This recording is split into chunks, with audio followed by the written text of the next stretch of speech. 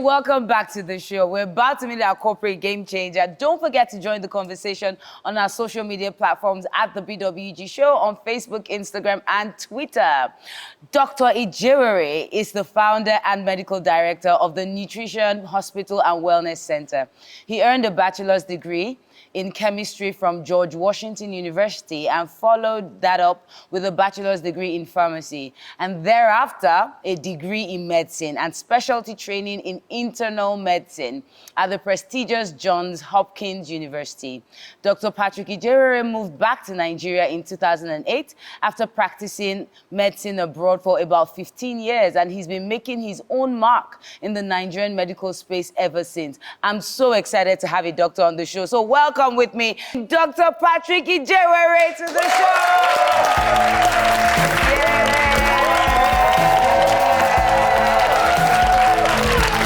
You're welcome. It's good to have you on the show. Wow, this is a first on the show. We've never had a doctor on Binging With Gamechangers. I'm excited. Wow, thank you. You're welcome, sir. Yes, ma'am. Yes. I'm just going to dive right in, So you practiced medicine in the U.S. for about 15 years, and you came back to Nigeria. Most doctors, I won't say all, but many, many, many doctors in Nigeria would easily swap places with you, and that's a lot of them, that's their dream, I want to work abroad, earn this sort of living, have this sort of, level of comfort. But you left all that, the weather, well, yeah, if you're like me, I don't like cold, but the comfort, the system, the everything, the pay, and you came back to Nigeria. What was going through your mind when you were making that decision, when you were getting on the plane? What was driving you? Prior to going to the US, something within me always said I will come back. Okay. I just didn't know the timing. One is fortunate, you get to go to all these schools, you get top teachers, you get experience, and you have mentors along the way who keep planting a little seed. There's something great where you came from. The particular mentor, Dr. Greenhow, who at Hopkins, this gentleman had traveled and worked in Senegal, in Brazil, and the Philippines. And he had knowledge of traditional practices in many of those areas. So during hospital rounds, he'll ask me, so Dr. Ijewere, so Patrick, how do you treat diabetes in Nigeria? Of course, I'd be like, blank. Yeah. I don't know. And he was planting the seed that there's knowledge in the ancient traditions that we younger folks need to go back and receive. Yeah. It's quite impressive for someone that left Nigeria at the age of 15. I read that from your profile. That's a lot, because you left as a teenager. Yes. You evolved, got formed in the system. It's interesting that, you still saw this place as home.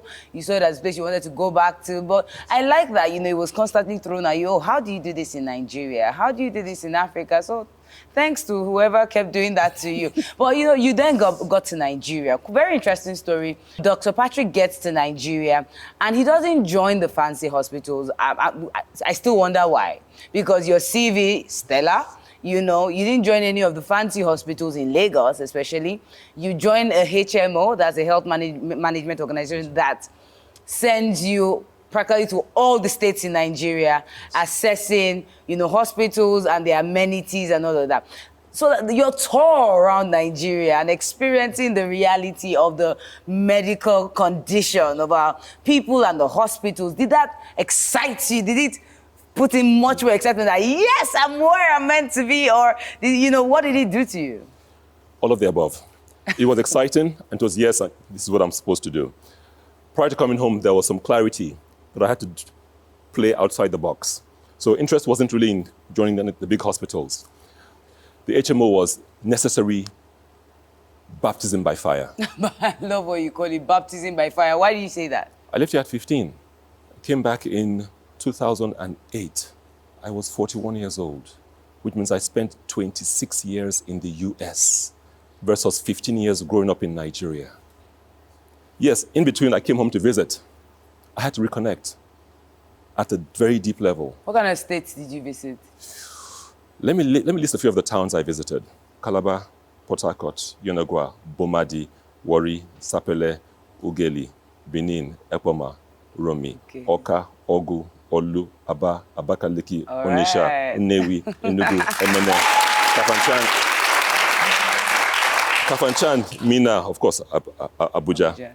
Ilorin, Owo, Iwo, Ogbomoso, Oshogbo, Ayetoro, Ife. I saw Nigeria probably in a way that most Nigerians would never do in their lifetime. I got to see healthcare services in depth, the best and the worst. It was true baptism by fire. Okay. What's your recommended approach? What would you recommend to most Nigerian doctors to specialize in and also just becoming the best in their careers? Because I've heard different schools of thought. I've heard, oh, you have to travel, study, and then leave there, work there, for a while. I've heard some people say, oh, what's wrong with you?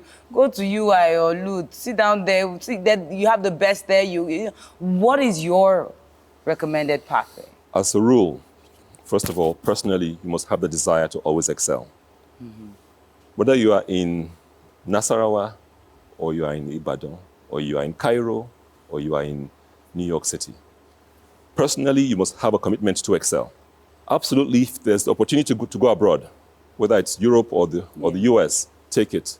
It expands your knowledge, it expands your experience, it opens you to equipment, people.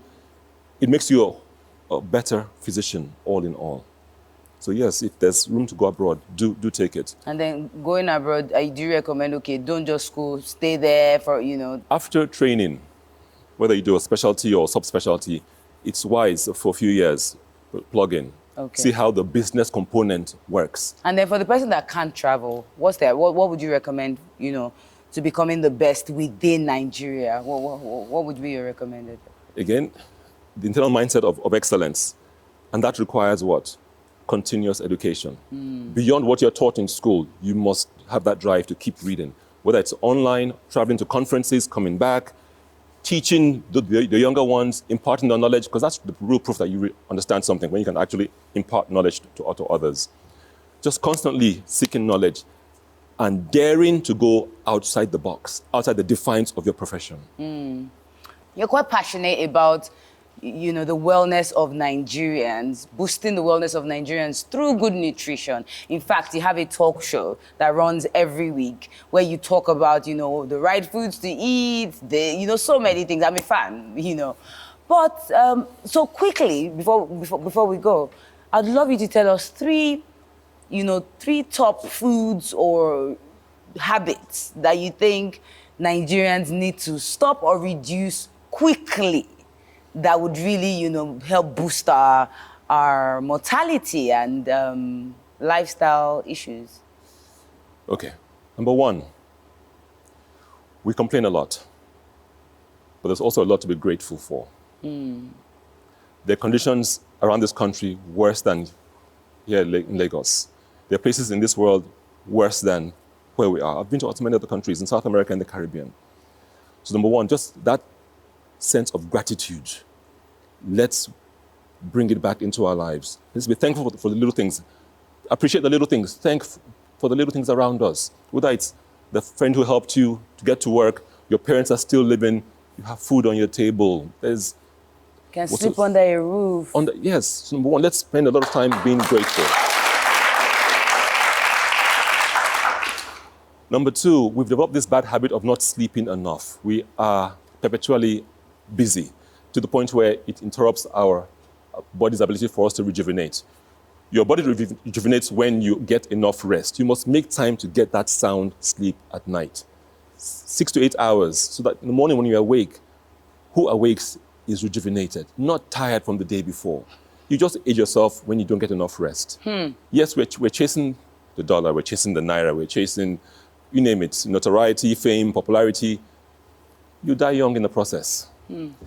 So taking that part of your lifestyle, your sleep, more seriously, getting enough rest.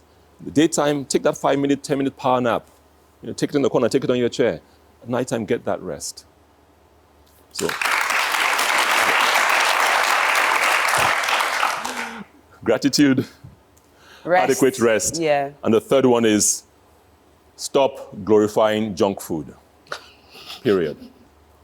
You are what you eat and what you fail to eat. We Okay, eat sir, too much. I love that you say this. What are 3 key foods that, you know, they might be fruits actually, but I'll call them power fruits or foods that you can give us on this show? Like, if you hold on to this, some say ginger, some say garlic, I hear also as well. From your perspective, what are those 3 power foods that, you know, you think we should abide by? Let's look at 3 classes. Number 1, start with water. Your body is 70+% water. Get enough water in the system. Number 2, your greens, fresh greens, not just overcooked greens, fresh greens. Whether it's ugu, spinach, bitter leaf, you name it, spirulina, name it, get your greens in. Number 3 would be all the other colors, whether it's red, purple, whether it's eggplant, whether it's your avocado, you name it, your other colorful fruits and vegetables, get them in.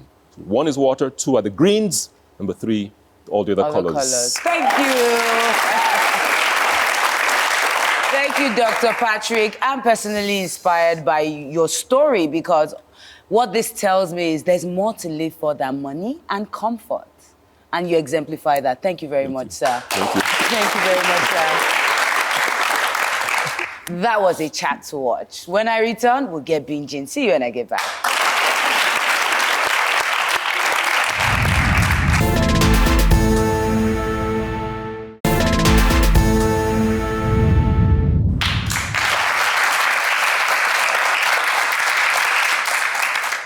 You're welcome to this segment of the show, and it's time to get binging. I'm dressed today like a maiden from Imo State. So today we're celebrating the people from Imo State in Nigeria.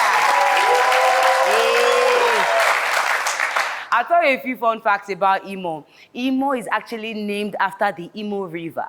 And in 1991, it was actually split, and Abia State and Ebonyi State were carved out from the then Imo State. Yes. So thank me later, because I just taught you a few things about Imo State. Hi, Sam Dandy. Hi. I see you've got a handsome chef there. Of course, and Chef some yummy Rotimi. food. I'm definitely coming over. I like the colors on your outfit. Thank you. Okay. I'm a maiden today. Oh. Wow. Respect. Yes. Hi, Chef. Hi, good day. How are you? I'm very well, thank you. All right, so what do we have? So today we have fufu and ofewere. Ooh. Yes, ofewere. I don't think you need much. Sounds like a dance. Tell me about it. So I don't think you need so much of a description because Owerri is the capital of Imo, Okay. and Ofe in Igbo means soup. Wow. So Owerri soup.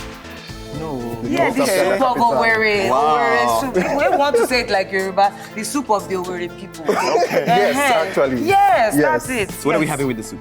We're having it with fufu. Okay. And What's it made of? So the leaves in this soup are okazi and ugu. But okazi is not just particular to Igbo people. Okay. It's a very prized leaf, but then a couple of other cultures use it. It's just also known as different names in other It's cultures. called okazi. In Igbo, yes. And what does it taste? Okay, I'm about to taste. I'll tell you what it Yeah, thickened with cocoyam. Ooh, okay. Yes, the stockfish, because Igbo people don't play with their stockfish. Oh, really? Yes. Okay. Shaki, goat meat. Okay, so Imo people love their shaki as well. Not as much as Yorubas, but yes. they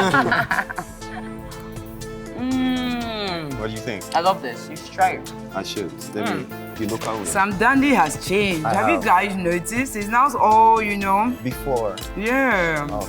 I've taught him well. Yummy yum. Ofewere.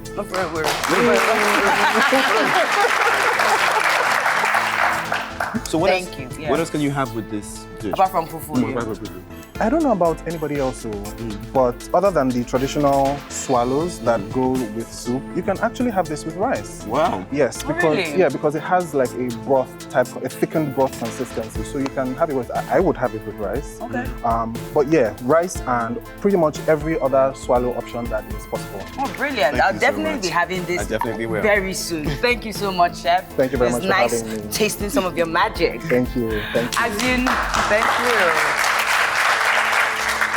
As you know, on this segment, we always love to meet good people. Good people are people that take responsibility for 1, 2, or maybe 10 people in that community and just make their lives better. Today, we have someone really special with us. Welcome to my bar, Toyin Lolu-Ogunmade. So good to have you. Hi, how are you? Please have a seat. Let's have a bar side chat. Toyin is the founder of Precious Conceptions, and it's the most touching story. Quickly, I'm going to tell you the background to this before Toyin takes over. Toyin tried to have a baby for about 13 years, and after that, she decided to, have her babies through surrogacy. I'm so proud of you, Toyin. Thank you. Because I know this society we live in. Right. Yeah. And when you say surrogacy, it's almost like, did you just curse? Like, what did you say? Exactly. And you didn't just do it. You're now, helping people to understand the beauty of it and how to go about it. Please tell us exactly how you do what you do. Okay, surrogacy is simply when another woman helps you to carry your pregnancy to term. That's a simple definition. It's through IVF. So it involves a lot of injections and all of that you go through in the hospital. But what I do in that space is first to advise couples who are faced with fertility challenges and tell them how to go, show them the various options. And for those who decide to go surrogacy, I'm there all the way, every step of the way with them, planning their journey, advising them, counseling them, supporting them in recruiting the surrogate mothers, introducing them to specialist hospital they can go to, and then when the surrogate mother gets pregnant after treatment, managing her to term. Why are you so passionate about helping people through this? Because I know what I went through. How many IVF procedures did you go through before deciding on surrogacy? Oh, okay, so I couldn't get pregnant because I had a post-surgery complication. And the only way for me to have children is to go through surrogacy. So I went through 3 IVF cycles using 3 different surrogate mothers. So it was the 3rd one that worked. And she's an Indian, but my children look exactly like me because obviously they took DNA material from myself and my husband. So the children didn't have any, you will see them and you won't believe it was an Indian surrogate unless I told you. So putting myself out there, sharing my photos, sharing my story, has encouraged a lot of women. We have several families in Nigeria who have gone the route of surrogacy and they have their children with them. We have some who are in cycle already. So it's interesting. It's emotional, yeah, but at the same time, I know I'm doing something worthwhile, helping some of the people. Definitely, breaking the stereotype. Right. Okay, so my question would be, usually, what are some of the concerns that couples have when they come, to ask about surrogacy? The number one question is, where do I get the surrogate mother from? Do they fall from trees? Right. Number 2 is, what do I tell my family and friends? 9 months down the line, they see a baby, and how do I explain to them where the babies came from? And then number 3, does this really go on in Nigeria? So people wonder, and I tell them, yes, it happens in Nigeria. I didn't have my treatment in Nigeria because I didn't even know how to start. So me doing this is me showing other people, okay, this is how you can start. Rather than you taking Nigeria, yes, right? and the same world-class treatments available in Nigeria. You don't have to travel, to get that done. So yes, that's their primary concern. Another concern for them is, will the surrogate mother wake up one day and run away with the pregnancy? So the same way the parents are concerned, the same way the surrogate mother is also concerned. She's worried about who she's working with. She's worried about them not shortchanging her or them not planning all sorts of, fetish things on her after she has the baby. So I'm in that space to calm both sides. And I reckon there are agreements, definitely. Yes, there are legal that govern contracts. all of this. Yes, there are legal contracts, tight contracts. There are a lot of background checks that go on, a lot of verification. So the surrogate is also coming with a guarantor and a next of kin and all of that we do. Amazing. So it takes a lot of counseling, hours and hours of counseling, getting them ready to go that journey. Because believe me, it's never an easy thing. Toyin, you are a star. Thank you. You are. You are breaking a norm, and we are here rooting for you, supporting you. And I know that a lot more people that need to engage the services of, you know, a surrogate will be contacting you after this. Thank you so much. Thank you so much for having me. Yeah, I know good people. Do you know good people? If you know anyone changing their community one person at a time, hit us up on our social media at the BWG Show. Let us know who they are, and you never know. They might just be here with me some other time. When I return, it will be game time.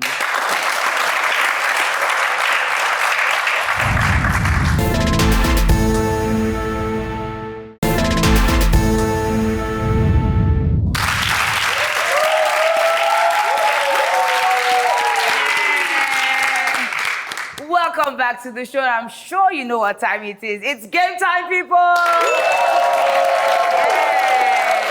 And our game changers will be going head to head. So it'll be the doctors against the food entrepreneurs. Who's gonna win? Let's find out. Hi, Toyin. Hello, Dr. Ijewere. Who's nervous? Who's gonna win? Are you winning, Toyin? Yes. Oh, Dr. Ijewere, do you have something to say to her? So, you know what, you just want to cool and calm, you know? Yeah. Do it quiet. Let's see. I can't wait to see who's going to win. So it's very easy. You'll be playing the Africa puzzle game.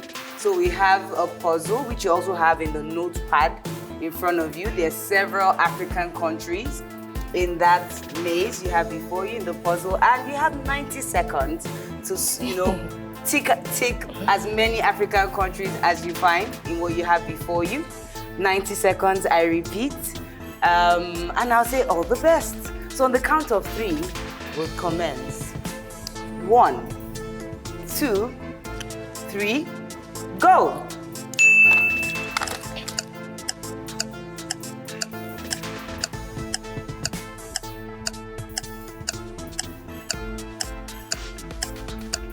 I wonder who's gonna win. I think we have about 30 seconds more. I think I see my winner already. Can I have my gift already? I think I've seen my winner already.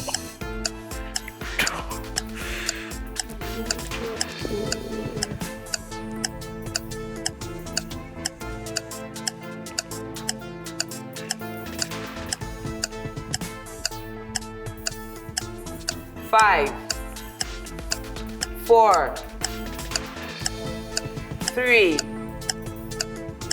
2, 1, pens down, thank you.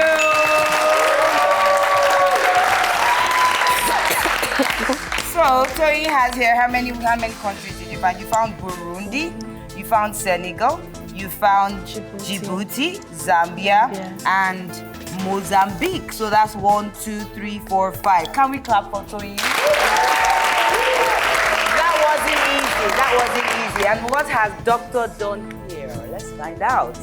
Doctor found Nigeria, Senegal, Uganda. He found Burundi, Zambia, and Egypt. So that's how many was now? 1, 2, 3, 4, 5, 6. And all we